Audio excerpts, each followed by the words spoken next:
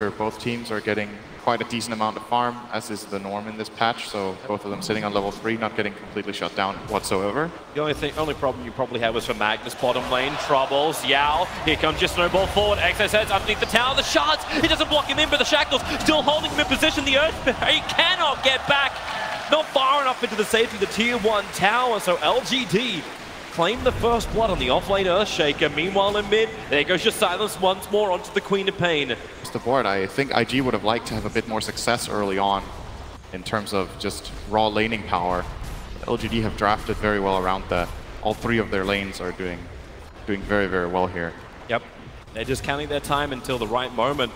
Are they able to harass that bottom tier 1 tower quite heavily? This is with the catapult wave and is forcing an extra TP. It's Disruptor coming down, rolling boulder, able to connect on the Troll Warlord. Yao and Victoria's here, but Victoria can't get in straight away. That Earth Spirit kick doesn't work, but the shards massively on the money. XSS, at least he can start to create a little bit of space, but he will not survive. LGD, huge kills. And the pressure on the tower will actually make this easier for Arme to finish the job and bring down that first tier 1. This is one of the biggest strengths of Troll Warlord. In this early laning stage, he is extremely tanky. 13 armor. The first point in Berserker's Rage gives 6 armor. He wants to go this Ring of Aquila build. So IG, I think kind of naive even trying for that kill. They TP down the Disruptor, who's level 4. These heroes combining their spells don't have the damage until Shaker's level 6. And a bit of an assessment mistake there, giving LGD some very nice kills. Victoria in the right place at the right time. There was again, kind of that hybrid play with Tusk that was both aggressive and defensive at the same time. He saved the troll and gave them 2 kills with those ice shards. They're going to go again. Victoria, here comes the shards forward, locking in the Earthshaker Q. What can you really do here? Puts up a wall, the fissure, stunning and keeping the Troll Warlord at least away from the Earthshaker, and OP reinforcements have arrived. The Death Prophet wants a fight, they're going to get it. The Glimpse dragging Troll back into the Spirit Siphon, plus the Exorcism damage. It'll be more than enough to bring down Arme. And with this, now it's going to be Invictus Gaming to push the other way on bottom lane and attack that tier 1 tower. This was a lot better. That was a great rotation, bringing down these heroes, using the Exorcism aggressively like this. I think maybe a necessity for OP as well to get out of mid for a little bit, because maybe it's dominating him so hard. This kind of play puts his hero to good use while he's getting out-leveled in mid. At least he secures that bottom tower. And now Shaker's going to TP into mid to try and protect this against the aggression of Somnus and Victoria. Mentioned all 5 heroes from Invictus Gaming have gravitated towards that mid lane. Cute, cute little ghost fishies. Getting the tower. I still, it's so weird to me. This cosmetic is weird. Have you got something against fish? No, not at all. It's just, she calls them her sisters. It's weird. Have you got something against female fish? I mean, I don't want to go there with this, but let's not make it about gender. Oh. Bottom lane, yeah, he's comes forward. He's already moved down far enough. He won't be able to avoid the kick from Bobika. Goes for a quick hex. The wall is up, so he knows he can't go anywhere apart from just Ether shocking. Shackles was available, but doesn't use him. So IG rotate. They do find a kill. But while all this is happening, you've still got Somnus farming up the top lane. Everyone else has gone either into the jungle, into Ancients. Victoria's considering going on OP in the mid, but Arme's got other thoughts, looking for the double damage rune in bottom, but he's not even going for that. In fact, it's going to be into the bottle of OP. We've actually seen surprisingly little stacking from LGD, maybe even none. This troll with Empower can farm quad stacks of Ancients very easily on level 9, just having this blind from the Whirling Axis. It's a 4-second, 60% miss chance, and you cleave down these Ancients very fast, but they haven't actually been stacking for him that much. Maybe I missed a stack on the right Ancient camp, but doesn't look like it actually. He already killed the big dragon there, and then he was like, whatever, I'll go for the other camp for some reason. They could have probably amplified Ame a lot more than they have by just stacking a bit more. When you have this slow of a game, it's not that difficult for the supports to just make that little sidestep and stack a camp or 2, but they've been protecting their cores more than anything with both the Shaman and the Tusk, and this aggressive move looks like it's successful in mid. The Serpent Wards will take this tower. Goes the way of the Owl. Just wisely read by Yao, understanding that none of the cores from IG were there, especially the cores which can deal with mass Serpent Wards, which really are not that many. You don't have the range for it, you'll have to tank through the damage, burning, as well as OP are really the only ones right now who can deal with mass Serpent Wards. So they take the tower, and then LGD look towards the top lane. They're ready for a fight. Veil of Discord is up from the Queen of Pain, so amplification is there. The RP is skilled. You don't have mass Serpent Wards, but there should be enough power if LGD can find just that one pick. I think LGD still just want to wait for the blink, you know? Why not? Keep farming, keep building up this troll and this mag. As long as IG aren't bringing on the aggression, I'm with LGD for this game, with the pace it's having right now. Just allow the farm to continue.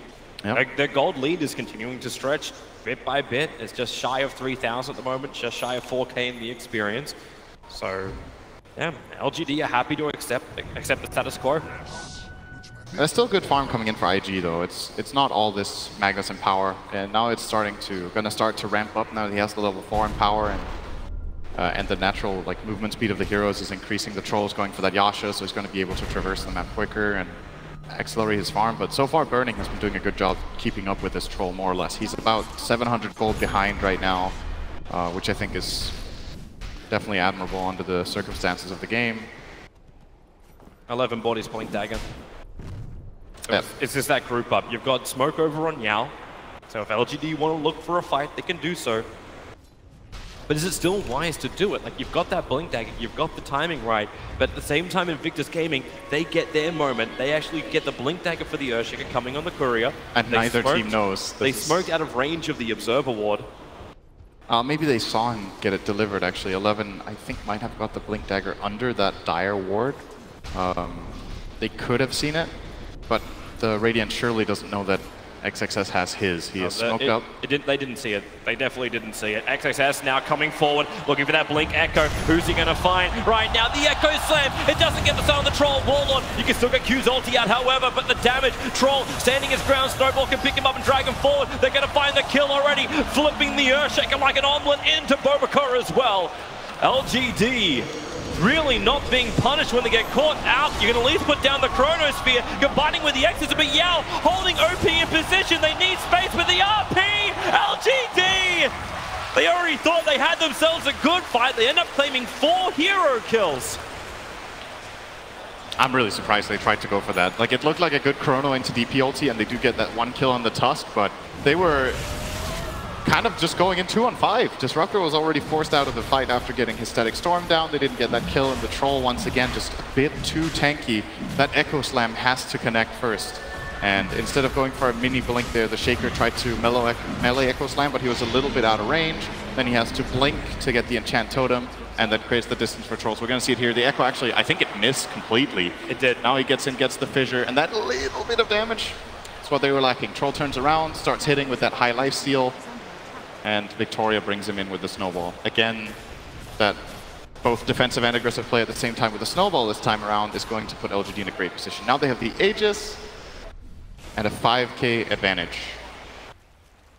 That really is the sweet spot for LGD. Exactly what they wanted to do. Their first team fight, the reveals of the Blink Daggers. It's Invictus Gaming not getting what they want. They have to wait until you get Echo Slam back off cooldown before you have these big, long cooldown abilities. Another minute or so until you get both Void, Ulti, and Exorcism back. That's a good point about the Dire lineup. It's very cooldown reliant. The Radiant obviously have some key cooldowns as well in the RP and the Sonic Wave, but outside of those, when you look across the lineups, it seems like the key cooldowns are more integral to the success of the Dire teams. Just plays around the map than for the Radiant. So whenever these fights happen, LGD are going to feel confident to both farm aggressively and push towers. And with the Aegis, it's going to be no problem whatsoever for Ame to just walk down this right side of the map. Look at his net worth right now compared to everyone else in the game. 9.5k. He's a full 2.5 grand in front of the Faceless Void. You said it was good only team fight and Empower before. Good team fight and Empower, and there you go. So Sanjin Yasha, Mask of Madness, Phase Boots, minute 17. This is really, really high farm. This is above his standard for Troll, for sure. LGD are now moving that Troll to the top lane. Burning, being forced out of his own jungle. He wants to be able to farm this, but thanks to the Observer Ward vision from LGD, they can see Invictus Gaming's movements around the mid-tier 2. They'll understand when IG also go into their jungle. But the easier way just to make that jungle more fearful, remove all of the outer towers on the top lane. Troll took this tower down in a matter of seconds with Empower, and he didn't even ulti. Just Empower and the Fervor stacking up. This is pretty bad news for IG. They're actually getting crushed after their own aggressive move. That backfired so hard that they lost complete control of the map. Here comes the fight again. LGD trying to keep that momentum and make it even bigger. It's the smoke move maneuver. As well, they can break. They don't find a target just yet, but top lane, it's going to be the Earthshaker. RPM up, the solo flip. OP will arrive, but then again, you put the Mass Serpent Wards down. And Yao even caught the Earth Spirit. Mobica wanting to come and help. The Glimpse, he's just trying to get some space here. Q begins his TP, but it won't happen. Invictus Gaming are dropping like flies. And LGD, they can do no wrong. This is an absolute beatdown right now. This tier 2 tower is gone as well, and all of these IG teamfight abilities that you look at and you're like, this is a great teamfight lineup. It's just not happening. The lanes went well for LGD, the Queen of Pain and the Troll had good starts. They got that one good fight, and their lineup just is snowballing completely. Now the TP in from Mobica. Are they really going to be able to do this? The Troll Warlord, man fighting up against the Earth Spirit. OP needs a big fight. Burning looking for the Chronosphere. They'll actually isolate Arme, but remember, he's got the Aegis Immortal. Shaker's going to lose his life just to burn this. And Burning, well, there goes your Chronosphere. OP, he needs this kill, but the Sonic Wave, the damage amplification is just way too much. Invictus Gaming, 4 heroes down. You know you're going to make it 5. Q can run, but they call GG in sub 20 minutes. LGD, this is a curb stomping by them. Man, this game's just over. Literally.